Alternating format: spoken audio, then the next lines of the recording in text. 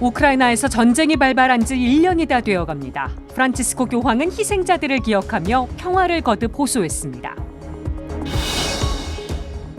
공소가 없는 서울대교구가 사제 4명을 공소에 파견하면서 공소에 대한 관심이 높아지고 있습니다. 한국 천주교회의 뿌리인 공소의 역사와 가치를 조명해봅니다.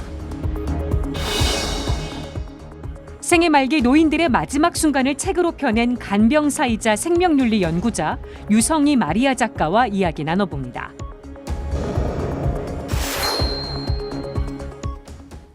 시청자 여러분 안녕하십니까? 2월 16일 목요일 CPBC 뉴스 시작하겠습니다.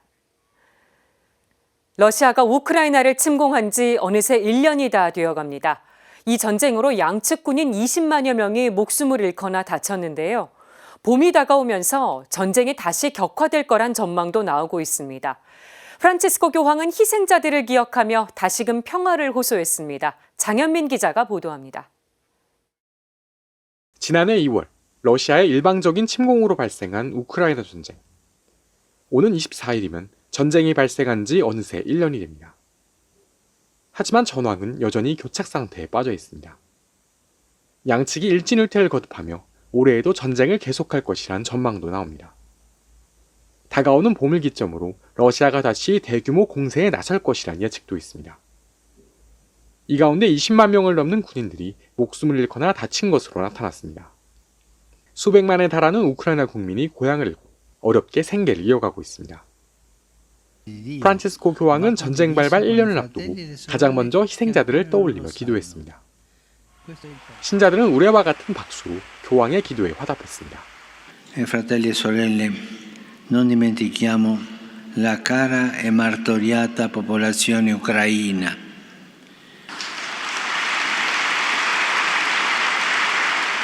Pregando affinché possano finire presto le sue crudeli sofferenze. A tutti la mia benedizione. 교황은 전쟁 발발 1년을 앞두고 기회가 될 때마다 우크라이나를 언급하며 평화를 기원했습니다. Non dimentichiamo la sofferenza del popolo ucraino così martoriato, con questo freddo, senza luce, senza riscaldamento e in guerra. E anche non dimentichiamo, cari fratelli e sorelle, la martoriata Ucraina. Che il Signore apra vie di pace e dia ai responsabili il coraggio di percorrerle. 전 세계도 어려움에 처한 우크라이나를 돕기 위해 목소리를 높이고 있습니다. 특히 유엔은 우크라이나 국민들을 돕기 위해 56억 달러 규모의 인도적 지원 계획을 공개했습니다. 마틴 그리피스 유엔 인도주의 긴급구호 담당 사무차장은 전쟁은 엄청난 규모의 파괴와 죽음, 이주를 초래했다며 인도적 지원을 위한 모금에 동참해 줄 것을 호소했습니다. CPBC 장현민입니다. 서울대교구 사제 4명이 그제 공소에 부임했습니다. 서울대교구는 공소가 없는 교구여서 사제 파견이 화제가 되고 있는데요. 덕분에 공소에 대한 관심도 다시 높아지고 있습니다. 한국 천주교회의 뿌리인 공소, 얼마나 알고 계신가요? 앵커 리포트로 전해드리겠습니다. 산자락 아래 자리한 한옥에서 기품이 느껴집니다. 조선 후기 신앙 공동체만 있고 사제는 없던 시절 공소는 신앙을 키워가는 요람이자 기도처이자 사랑방이었습니다. 전주교구 대제공소는 한때 주일미사 참석자가 400명에 육박한 적도 있었다고 전해집니다. 초기 신앙 공동체에 숨결이 배어 있는 역사적인 공간이지만 이제는 신자가 손에 꼽을 정도로 줄면서 관리조차 버거운 상황이 됐습니다.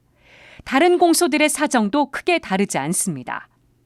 옛날에는 공소회장을 중심으로 이렇게 공동체가 형성이 됐는데 지금 공소회장을 할 수 있는 그런 분도 없고 공소 안에 사람이 아예 없기 때문에 뭐 신자 3명, 4명이 있기 때문에 어떻게 형성이 안 돼.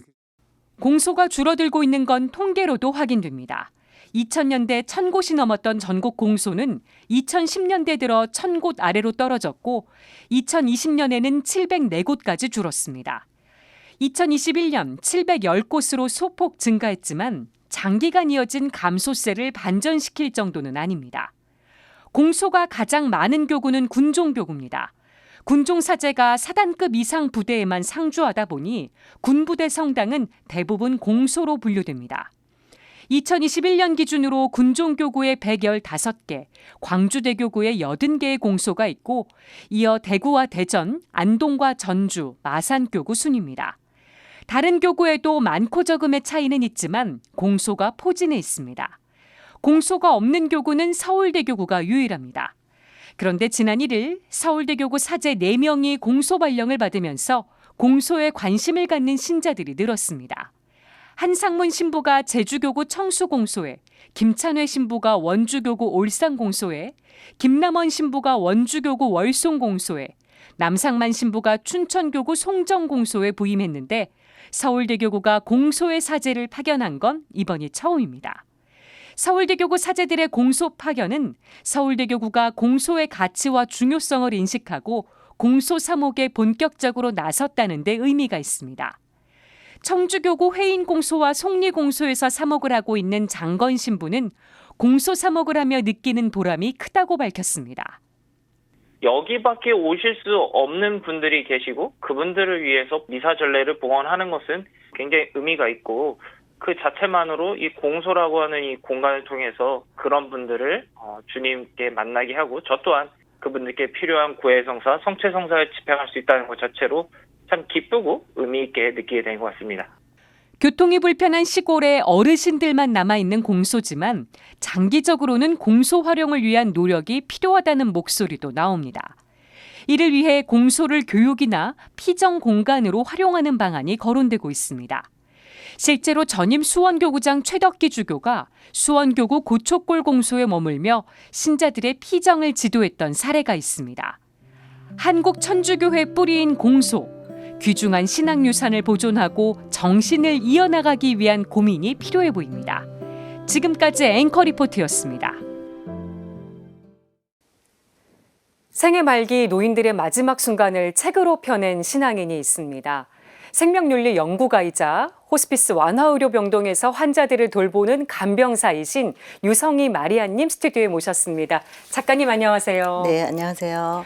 호스피스 돌본 경험을 책으로 펴내셨습니다. 네. 제목이 인간적인 죽음을 위하여인데요. 네. 이제 88세 도미니코 어르신과 함께 하신 얘기 주로 담으셨더라고요. 네. 책을 통해서 전하고 싶으셨던 메시지 어떤 걸까요? 네. 우리 인간은 모두 돌봄이 필요한 존재라는 것입니다. 죽음을 맞이할 때도 갓난아기 때처럼 돌아가 온전히 타인을 의지해야만 합니다. 그래서 도미니카 어르신의 죽음에 이르는 생생한 과정을 통해서 마지막 순간까지 한 인간의 서사는 존재 의미가 있다는 것을 말하고 싶었습니다. 그러셨군요. 도미니코 어르신하고 함께 하셨던 순간 중에 가장 기억에 남는 순간은 언제이셨을까요? 네, 여러 가지가 있었는데요. 그중에 어르신이 그 수면 부작용으로 선망이 나타났을 때였는데요. 그 선망이라고 하는 것은 주변 의식이 흐려져서 착각과 망상을 일으켜서 알아들을 수 없는 말을 하는 상태예요. 네. 그때 어르신에게 제가 이제 침상을 이제 올려드렸는데 그때 붕 뜬 느낌이 들었는지 그 재난 상태에 비행기로 착각을 하셨어요. 네, 그때 어르신의 무의식이 나타났는데요. 안전을 생각하고 낙오자 없이 구출을 하려고 하는 그 모습에서 그 교육자로서 또는 가장으로서의 어르신의 모습을 볼 수 있었습니다. 네. 그러다가 이제 어르신에게 어르신이 이제 이런 말씀을 하시는 거예요. 열흘간 일하다 죽었으면 좋겠다라고요. 그것은 이제 무의식 속에서도 어르신의 그 솔직한 심정이 이제 드러난 부분인데요. 네. 죽어가는 그 시간 안에서도 단 한 번이라도 그 예전처럼 최선을 다해서 열정적으로 살아보고 싶다라는 그 마음을 읽을 수 있었습니다. 네, 정말 뜻깊은 순간이셨던 것 같습니다. 많은 말기 환자들과 함께 하시면서 죽음에 대해서 아무래도 깊이 생각해 보셨을 것 같습니다.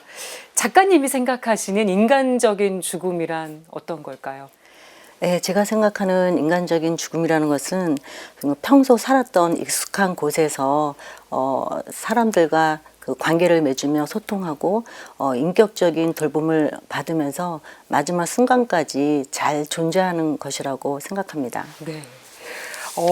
생명대학원 박사과정에 재학 중이신 것으로 알고 있습니다. 네. 그 후에 뭐 간병사로도 활동하시고 요양보호사 자격증도 취득하시고 어떻게 보면 이론과 현장을 망라해서 다 활동을 하고 계신 건데 이렇게 하게 된 계기가 있으시겠죠? 네, 제가 2007년도에 저희 어머니께서 돌아가시고 나서 많은 사별을 이제 겪었는데요. 어머니의 죽음을 계기로 인간 생명과 하느님의 존재를 생각하게 되었습니다. 네. 그 이후 이제 박물관 학예사로 이제 일을 하면서 아이들과 삶과 죽음을 생각하는 생명 교육을 하게 되었습니다. 네. 그러다가 이제 아버지의 생애 말기와 임종 과정을 가슴 아프게 지켜보면서 나도 저렇게 그 고립되어서 쓸쓸한 죽음을 맞이할 수 있겠구나라는 생각이 들었습니다. 결국 모든 인간의 일이라는 것을 이제 직접적으로 인식하게 되었는데요. 네. 그러면서 구체적으로 알고 대책을 세워야 된다는 문제의식에서 카톨릭 대학교 박사과정에 생명의학 박사과정에 들어갔고 동시에 이제 요양보호사 자격증을 이제 따서 어르신들과 직접 만나보고 싶어서 호스피스 병동 방문요양 주간보호센터에서 네. 1년간 현장에서 경험을 하였습니다. 그러셨군요. 지금 국회 의사조력 존엄사 법안이 발의가 돼 있어서 논란이 일고 있습니다. 가톨릭교회는 이건 뭐 사실상 의사조력 자살이라고 하면서 반대 입장을 분명히 했고요. 또 일각에서는 지금 생애 말기 돌봄을 체계화하는 게 더 중요한 게 아니냐 이런 목소리도 나옵니다. 공부도 하셨고 또 현장에서 경험도 하셨던 만큼 어떻게 생각하고 계실지 궁금하거든요. 네, 의사조력 자살이나 안락사를 원하는 것은 죽음에 이르는 고통이 두렵기 때문일 거라고 생각을 합니다. 네. 그래서 준비가 필요합니다. 가장 먼저 평소에 자기 돌봄인 신체와 마음과 영성을 돌보고요. 그리고 자신이 살던 곳에서 안전하게 생애 말기와 임종을 맞이하기 위해서는 가족의 돌봄뿐만 아니라 지역사회 통합 돌봄 시스템 안에서 타인의 돌봄을 받을 수 있어야 합니다. 네. 여기에 교회 공동체의 역할도 큽니다. 그리고 제가 드리고 싶은 말씀은 올바른 죽음을 어린 때부터 올바른 죽음을 생각할 수 있는 생명 교육이 실천되어야 한다고 생각합니다. 네. 근데 교회 안에서도 할 기회가 마련되지 않은 어려운 실정입니다. 그래서 착상된 배아부터 임종자까지 생명권을 지닌 존엄한 인간이라는 것을 생각할 수 있는 생명 교육이 각 성당에서 이루어질 수 있도록 네. 교구에서 적극적인 지원이 있었으면 하는 바람입니다. 네, 생명교육 문제는 항상 거론이 되는 것 같습니다. 네. 네, 지금까지 인간적인 죽음을 위하여 책을 펴내신 유성희 마리아 작가님과 얘기 나눠봤습니다. 오늘 말씀 고맙습니다. 네, 감사합니다. 오늘은 김수환 추기경이 우리 곁을 떠난 지 14년이 되는 날입니다. 오늘 오후 추기경의 묘소가 있는 천주교 용인공원묘원에서 재단법인 바보의 나눔 사무총장 우창원 신부 주례로 추모 미사가 봉헌됐습니다. 스스로를 바보라고 부르며 평생 사랑과 나눔을 몸소 실천했던 추기경의 뜻을 되새겨봅니다. 뉴스를 마치겠습니다. 시청해주신 여러분 고맙습니다.